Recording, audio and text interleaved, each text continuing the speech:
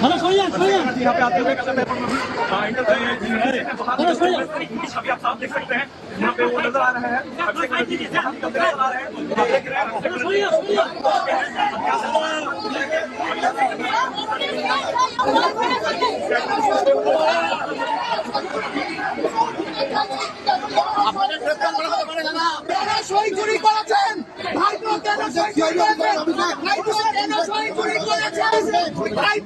লজ্জা করলো না সই চুরি করতে।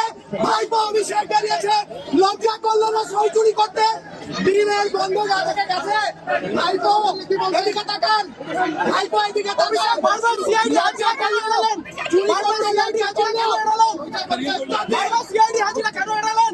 উত্তর দিন অভিষেক। ভাইপো ভাইপো উত্তর দিন। ভাইপো লজ্জা করলো চুরি করতে।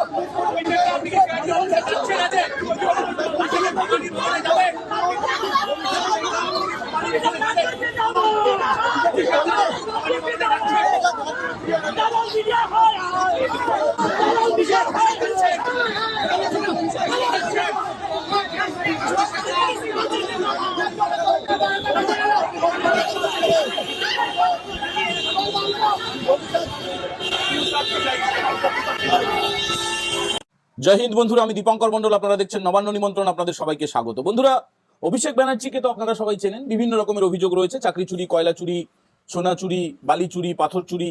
তারপরে রিসেন্ট যে দুটো অভিযোগ তার বিরুদ্ধে সিআইডি তদন্ত চলছে আর কি, সিআইডি তদন্ত করছে।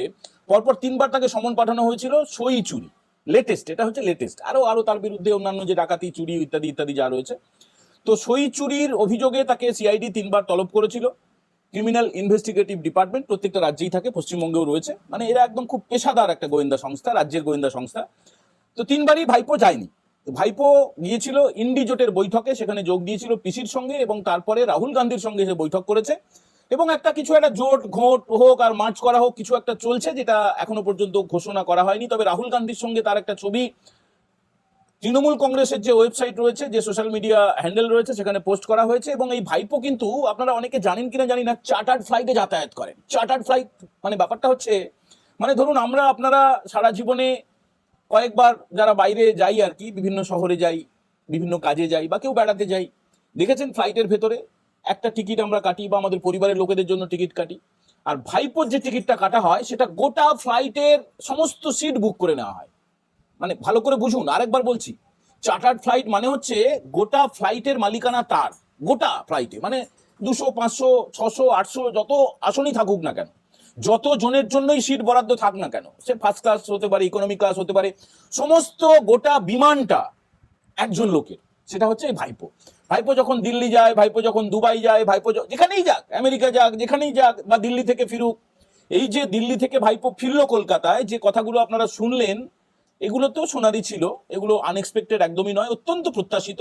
এবং আজকে কিন্তু আর ডিমটা পড়েনি। মানে কয়েকদিন আগে যেটা ডিম খেতে হয়েছে, হলুদ হয়ে গিয়েছিল, চট থাপ্পড় টুকটাক খেতে হয়েছিল, পাথরও উড়ে এসেছিল, আজকে বিমানবন্দরে ভাইপোর উদ্দেশ্যে কোনো ডিম উড়ে যায়নি। এবং ভাইপোর একটা প্রাইভেট প্লেনের পাশাপাশি প্রাইভেট তো কিছু আর্মি রয়েছে, প্রাইভেট আর্মি মানে কি, মানে ভাড়া করা কিছু লোককে পয়সা দিয়ে তাদেরকে চারিদিকে ভিড় তৈরি করে রাখা হয়। এর আগে ভোটের প্রচারে গিয়েও যা দেখা যেত, ভোট শেষ হয়ে গিয়েছে, কিন্তু তাদেরকে কথা দেওয়া হয়েছে যে তোমাদের কোনো চিন্তা নেই, আমার কাছে যা টাকা রয়েছে সবাইকেই যে মাসের শেষে যে টাকাটা দেওয়া হয়, সেই টাকাটা তাদেরকে দেওয়া হবে। পুরোপুরি জালিয়াতি কেস। তো সেই জালিয়াত আমরা যখন এই ভিডিও তৈরি করছি, এই মুহূর্তে সিআইডির জেরার সামনে, একদম টেবিলে মুখোমুখি, গোয়েন্দাদের মুখোমুখি, পুলিশ অফিসারদের মুখোমুখি, সেই কথাটাই যাব। তার আগে চার্টার্ড ফ্লাইটটা আপনারা ভালো করে বুঝে নিলেন, যে নিজস্ব কেনা ফ্লাইট বলতে যা বোঝায়। মানে ধরুন আপনি যাবেন কোথাও, ধরুন নিউ জলপাইগুড়ি নামার পরে দার্জিলিং যাচ্ছেন বা গ্যাংটক যাচ্ছেন, একটা গাড়ি ভাড়া করলেন, ছোট একটা গাড়ি, 3000 টাকা 4000 টাকা যাই হোক একটা নিল। আর একটা ফ্লাইট ভাড়া করতে হলে কোটি কোটি টাকা, আমার কোনো আইডিয়া নেই, আমাকে জেনে বলতে হবে কত কোটি টাকা। মানে কোটি কোটি, কত কোটি হবে তার কোনো ইয়ত্তা নেই। মানে একটা লোক যাবে বা আসবে, তার জন্য তার চার্টার্ড ফ্লাইট লাগে, ভাবতে পারেন। মানে অভাবনীয় ব্যাপার, অভাবনীয় ব্যাপার। আমি মুখে গালাগাল বা অসাংবিধানিক এইসব শব্দ আনবো না আর মুখে, আমি ঠিক করেছি। তো একটা লোক শুধুমাত্র তার পরিচয় সে প্রাক্তন মুখ্যমন্ত্রীর ভাইপো, আর কি পরিচয়, 542 জন এমপির মধ্যে সে একজন এমপি, মানে সাংসদ, লোকসভার সাংসদ। তার যে অনুচরেরা তাদেরকে তো হাফ প্যান্ট পরিয়ে ডিম খেতে খেতে চড়কিল খেতে খেতে কোমরে দড়ি দিয়ে বা হ্যান্ডকাপ পরে রাস্তায় ঘুরতে হচ্ছে। আজকে হয়েছে ফলতায়, যে নিজেকে পুষ্পা বলে দাবি করতো, সেই পুষ্পা মানে তার নাম হচ্ছে জাহাঙ্গীর খাঁ। সেই জাহাঙ্গীর খানকে তো আজকে হাফ প্যান্ট পরিয়ে কোমরে দড়ি দিয়ে পুলিশ রাস্তায় রাস্তায়, ফলতার রাস্তায়, অবশ্যই ফলতার রাস্তায় তাকে পায়চারি করিয়েছে লোককে দেখানোর জন্য। এটার একটা সামাজিক একটা গুরুত্ব রয়েছে অবশ্যই। মানে এক সময়ের ত্রাস, এক সময়ের অত্যাচারী, এক সময়ের একদম ভয়ঙ্কর একটা ক্রিমিনাল, তাকে লোককে দেখাতে হবে দেখো আইনের কাছে, আইনের সামনে সবাই নতজানু হয়ে তাকে ভিক্ষে চাইতে হয় আইনের কাছে সবকটাকে শায়েস্তা করে দেওয়া হয়। এটা বোঝানোর জন্য এই ফর্মুলাটা পুলিশ সম্ভবত প্রয়োগ করছে। এই যে বিভিন্ন ক্রিমিনালদের ধরছে, তাদেরকে ধরে পায়চারি করাচ্ছে, কাউকে খালি পায়, কাউকে চপ্পল পরিয়ে, আর হাফ প্যান্ট বেশিরভাগই, স্যান্ডো গেঞ্জি কারো কারো পরা, কারো মাথা নেড়া করিয়ে দিচ্ছে স্থানীয় মানুষ। তো এই যে ক্ষোভটা, এতে করে সাধারণ মানুষের একটা আস্থা ফেরে, মানে এটা একটা ট্যাকটিক্স বলতে পারেন, এটা একটা পুলিশের পলিসি বলতে পারেন, যে মানুষের যে পুলিশের উপর থেকে আস্থাটা চলে গেছে, যে পুলিশ বোধহয় কাউকে ধরবে না, কিছু করবে না, যাতে করে আইনের উপরে সবার আস্থা বাড়ে, যাতে সবাই আস্থাশীল হয়, শ্রদ্ধাশীল হয়। এই কারণেই পুলিশ সম্ভবত এটা করছে। পুলিশের তরফে অবশ্য কোনো ব্যাখ্যা দেওয়া হয়নি, এটা আমাদের ব্যাখ্যা। এবারে ভাইপোকেও কি তাহলে এরকম হাফ প্যান্ট পরিয়ে বা আন্ডার গার্মেন্টস পরিয়ে বা চপ্পল পরিয়ে বা খালি পায়ে দড়ি কোমরে বেঁধে বা হ্যান্ডকাপ পরিয়ে রাস্তায় ঘোরানো হবে? দেখুন, সব ঠিকঠাক থাকলে তা নিশ্চয়ই হবে। এখন আইনের যে রক্ষা কবচগুলো ভাইপো পেয়ে গেছে, আগামী 2 সপ্তাহ তাকে অ্যারেস্ট করা যাবে না। তবে তার যে জালিয়াতির নথি, মানে যে নথিতে করে সে লিখে দিয়েছিল, ভাইপো লিখে দিয়েছিল যে সমস্ত এমএলএ, মানে 80 জন বিধায়ক তৃণমূলের, সবার সম্মতিক্রমে শোভনদেব চট্টোপাধ্যায়কে বিরোধী দলনেতা আর ইত্যাদি ইত্যাদি, কাকে ডেপুটি লিডার ফিডার করা হবে, করে যেটা 9 তারিখে জমা দেওয়া হয়েছিল রাজ্য বিধানসভার স্পিকারের কাছে, রথীন্দ্র বোসের কাছে, সেখানে তো সে জালিয়াতি করেছিল। পরে তৃণমূলেরই বিধায়করা কমপ্লেন করেন বিধানসভায় যে আমরা উপস্থিতি ছিলাম না, এই যে সইগুলো দেখছেন এগুলো আমাদের সই নয়। তারপরে সেটা কমপ্লেন হয় হেয়ার স্ট্রিট থানা থেকে সেটা যায় স্বরাষ্ট্র দপ্তরে, মুখ্যমন্ত্রীর পরামর্শে, মুখ্যমন্ত্রীর নির্দেশে সেই তদন্তভার এখন সিআইডি নিয়েছে, এবং সেই সিআইডির ভবানী ভবনে ভাইপো গিয়ে এই মুহূর্তে গোয়েন্দাদের সামনে মুখোমুখি কাঁদো ভাবে তাদের প্রশ্নের উত্তর দিচ্ছে। ভাইপো যেখানে থাকে কালীঘাটে, সেখান থেকে ভবানী ভবনের দূরত্ব কাছাকাছি, মিনিট 5 লাগে। একদম আলিপুরে আপনারা জানেন, যেখানে আবার জেলা পরিষদের বিভিন্ন নথি লোপাট করে দেওয়ার জন্য আগুন কেউ লাগিয়েছিল না আগুন লেগেছিল, সেটা নিয়ে তদন্ত শুরু হয়েছে। দক্ষিণ 24 পরগনার হেডকোয়ার্টার জেলা পরিষদ, সেখানে বেশ কিছু নথি উধাও হয়ে গেছে।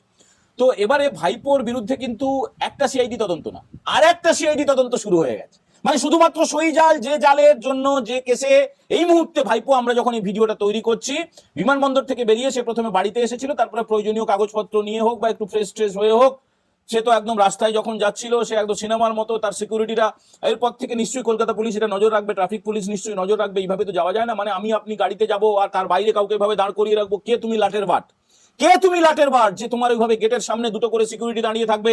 আর ভাড়া করা লোকজনকে শুধুমাত্র বিমানবন্দরে নয়, যেখানে আলিপুরে ভবানী ভবনে, যেখানে সিআইডির হেডকোয়ার্টার, সেখানেও কিছু ভাড়া করা লোকজনকে নিয়ে যাওয়া হয়েছিল। তারা ভাইপোর নামে জয়ধ্বনি দিয়েছে, যাতে করে পচা ডিম না ছুটে আসে, যাতে করে চোর চোর স্লোগানটা বেশি না শোনা যায়, যাতে করে সংবাদ মাধ্যমের একটা সাহসী অংশ, সংবাদ মাধ্যমের যারা সাহসী রিপোর্টার, সাংবাদিক, তারা তো বিমানবন্দরেই প্রশ্ন করেছিল যে ভাইপো চুরি কেন করলে, ভাইপো কেন চুরি করলে, উত্তর দাও ভাইপো কোনো উত্তর দেয়নি।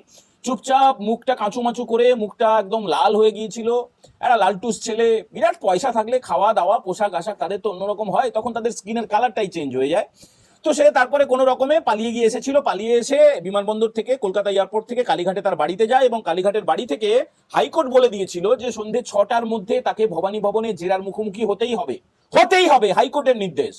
তিনবার তুমি যাওনি, বারে ঘুঘু তুমি খেয়ে যাও খান, এইবারে ওই ফাঁদে পড়েছে আর কি, ঘুঘু ফাঁদে পড়েছে এবং জালিয়াতকে ধরা হয়েছে। এবারে যেটা বলছিলাম যে উস্কানিমূলক একটা মন্তব্য করেছিল না ভাইপো, আপনাদের মনে আছে? জালে যে জালিয়াত ধরা পড়বে সেটা নিয়ে আপনারা কোনো সংশয় রাখবেন না, কোনো সন্দেহ রাখবেন না, সব জালিয়াতি জালে ধরা পড়বে, এবং এটাও কিন্তু জালে ধরা পড়ারই মতো। ভাইপো তো তার জেরাটাই এড়িয়ে যাচ্ছিল, আজকে তো তাকে ধরেছে একাকে, ওই সব লোকজন, ভাড়া করা লোকজনকে নিয়ে যাওয়া হয়নি। এরপরে আবার একটা কেস আসছে, আবার কোন কেসটা আসছে বলুন তো?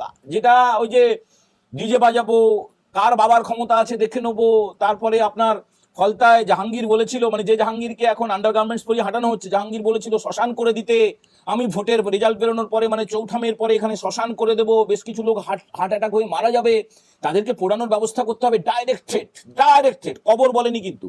শব্দটা আপনারা ইতিমধ্যে এর মানেটা নিশ্চয়ই বুঝে গেছেন। শ্মশান করে দেবো মানে কি?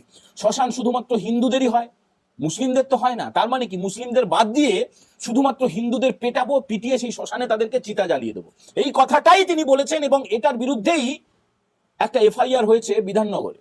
বিধাননগর সাইবার ক্রাইম ডিপার্টমেন্ট তারা এটার তদন্তভার, তারপরে গিয়েছিল স্বরাষ্ট্র দপ্তরের হাত ঘুরে, এটারও এখন সিআইডি তদন্তের নির্দেশ দিয়ে দিয়েছেন রাজ্যের মুখ্যমন্ত্রী শুভেন্দু অধিকারী। এবারে এখানেই কি শেষ? তৃণমূল দলের মধ্যে ভাইপো বিরোধী একটা হাওয়া এখন বইছে। কেউ ভাইপোকে সহ্য করতে পারছে না, সেটা নাটক করে হোক, যাত্রা করে হোক, আর সত্যি হোক মিথ্যা হোক, এটা লোকে বলছে, মানে কিছু এমএলএ বলছে, কিছু এমপি বলছে। আজকে হঠাৎ করে বিরাট কালীঘাটের ঘনিষ্ঠ একজন এমপি, বিরাট ঘনিষ্ঠ, সে কি বললো একটুখানি শুনে নিন। কল্যাণ ব্যানার্জি পরিষ্কার করে বলে দিলেন, আমি আর ভাইপোর কেস লড়বো না, এবং ভাইপো যদি ওই পদে থাকে, আমি ভাই আর তৃণমূলে নেই, আমি দিদিকে বলে দেবো যে ভাইপোকে সরাও অথবা আমাকে রাখো, হয় আমাকে রাখো অথবা ভাইপোকে রাখো, না হলে আমি নেই। কি বলছেন ছোট্ট করে শুনে নিন, ছোট্ট করে। আমাকে ডাস্টবিন হিসেবে ট্রিট করো না, আমাকে বলে দাও ঘন্টাখানেকের মধ্যে, আমি করবো কি করবো কিছু জানাইনি। আমি সন্ধ্যাবেলায় কালকে পড়ে আবার রেডি হলাম, যাই আমরা করতে কিছু যখন জানাই। রাত্রি 12:30টার সময় আমার ছেলেকে টেস্ট করে বলেছে যে আমার থাকার দরকার নেই, অয়ন ভরসেস থাকবে। তো আমি মামলা ছেড়ে দিয়েছি, এত জুনিয়র ছেলেরা থাকবে। আর আমি 45 ইয়ার্স প্র্যাকটিস, একটা সিনিয়র লয়ারের সঙ্গে কিভাবে কথা বলতে হয়, কিভাবে তার শুনতে হয়, তা তো বললো সেটা কিছু জানে না। এত অ্যারোগেন্সের কি আছে? শিক্ষা পায় না, সময় থেকে শিক্ষা পেল না। আমি তো ক্যামাক স্ট্রিটের এমপ্লয়ি নই। আজকে বুঝতে হবে যে ওর জন্য দলটা সর্বনাশ হয়েছে, সেটা যদি না বোঝে তাহলে আর কিছু করার নেই।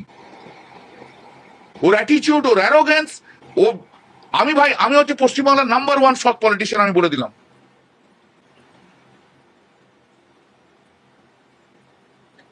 আর ওর জন্য আজকে আমাদের চোর শুনতে হচ্ছে। লাইফ ইজ আন্ডার থ্রেট, যেখানে যাচ্ছে সেখানে কেউ না কেউ ইয়ে করছে। পরশুদিন এয়ারপোর্টে চোর করে দৌড়ে এসছে।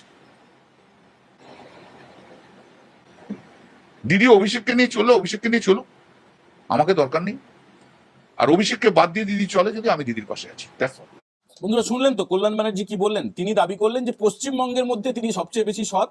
এ ব্যাপারে ভাই আমাদের কোনো মন্তব্য নেই, মানে সেটা আপনারাও জানেন, একটা বাচ্চা ছেলেও জানে যে কল্যাণ ব্যানার্জি কি আর কি নয়। তো আসল কথাটা হচ্ছে তিনি যেটা বললেন, আমি দিদিকে বলবো যে ভাইপোকে নিয়ে যদি থাকে তাহলে আমি নেই, মানে একদম, মানে সে ঘরের মধ্যে, এমনিতে বাইরের মারপিট তো চলছেই, একদম ঘরের মধ্যে হাতাহাতি চলছে, চুলোচুলি চলছে। কি বলবেন এটাকে? কল্যাণ, এদের তো সব আমরা যেটা মনে করেছিলাম কি, যে চোর কুড়াল বা কল্যাণ ব্যানার্জি বা এই ধরনের যে লোকগুলো, মদনদা, হ্যাঁ মদন মিত্র আর কি, তো এই লোকগুলো থাকবে, সেখানেও ধস নেমে গেছে। আর ভাইপো 2 সপ্তাহ পরে অ্যারেস্ট হয়ে যাবে, মানে আইনি দিক রয়েছে। তো আমরা বলেছিলাম, এবং আপনারাও অনেকে বলেছিলেন এই শুনছি ভোটের আগে থেকে শুনছি কবে হবে। এখন তার তো একটা সঠিক সময় থাকে, মানে ফল পাকলে সে এমনি পড়ে যায় আর কি, তাকে জোর করে পাকানোর মানে হয় না, জোর করে ছেঁড়ার মানে হয় না। আর একটা নতুন কেসে তো জড়িয়েছে, এখন একটু অপেক্ষা করুন। আর রাস্তাঘাটে এই যে সংবাদ মাধ্যমও বলছে ভাইপো কেন চুরি করলে, এরকম শুনেছেন কখনো শোনা যায়নি। এই ভাইপো কখনো ভেবেছিল কি অবস্থা ছিল? মানে আপনারা তো দূর থেকে দেখেছেন, আমরা যারা সংবাদ মাধ্যমের কর্মী আমরা খুব কাছ থেকে দেখেছি, মানে জেড ক্লাসের চেয়েও আরো বাড়তি সমস্ত সিকিউরিটি, কি ভয়ঙ্কর। 20টা 30টা করে গাড়ি, তার মানে কনভয়ের মধ্যে অ্যাম্বুলেন্স যাচ্ছে, কনভয়ের মধ্যে জ্যামার যাচ্ছে, পাশে দাঁড়িয়ে মোবাইলে আপনার নেট থাকতো না। এই ভাইপো যা ট্রিটমেন্ট পেত। এখন তার টাকা আছে, নিজের টাকা চার্টার ফ্লাইটে চড়ছে বটে, কিন্তু যখন সে এয়ারপোর্ট থেকে বেরোচ্ছে তখন তাকে পাবলিকের চোর আর ডিম ছেড়ে দিলেও সংবাদ মাধ্যমের চোরটাও শুনতে হচ্ছে। সংবাদ কর্মীরাও, সাংবাদিকরাও, রিপোর্টাররাও তাকে চোর বলে সম্বোধন করছে। এটা তো এড়াতে পারছে না। বন্ধুরা আজকের কন্টেন্ট কেমন লাগলো আপনারা অবশ্যই কমেন্ট করে জানাবেন। যদি পছন্দ হয়, যদি ভালো লাগে, বন্ধুদের সঙ্গে শেয়ার করবেন। যারা প্রথমবার দেখছেন তারা নবান্ন নিমন্ত্রণ চ্যানেলটা সাবস্ক্রাইব করে বেল বাটনে প্রেস করে দেবেন। সমস্ত আপডেট পাওয়ার জন্য পরবর্তী এপিসোডের জন্য অপেক্ষা করুন। এখনকার মতো আমরা এই কন্টেন্ট এখানেই ইতি করলাম। জয় হিন্দ, বন্দে মাতরম।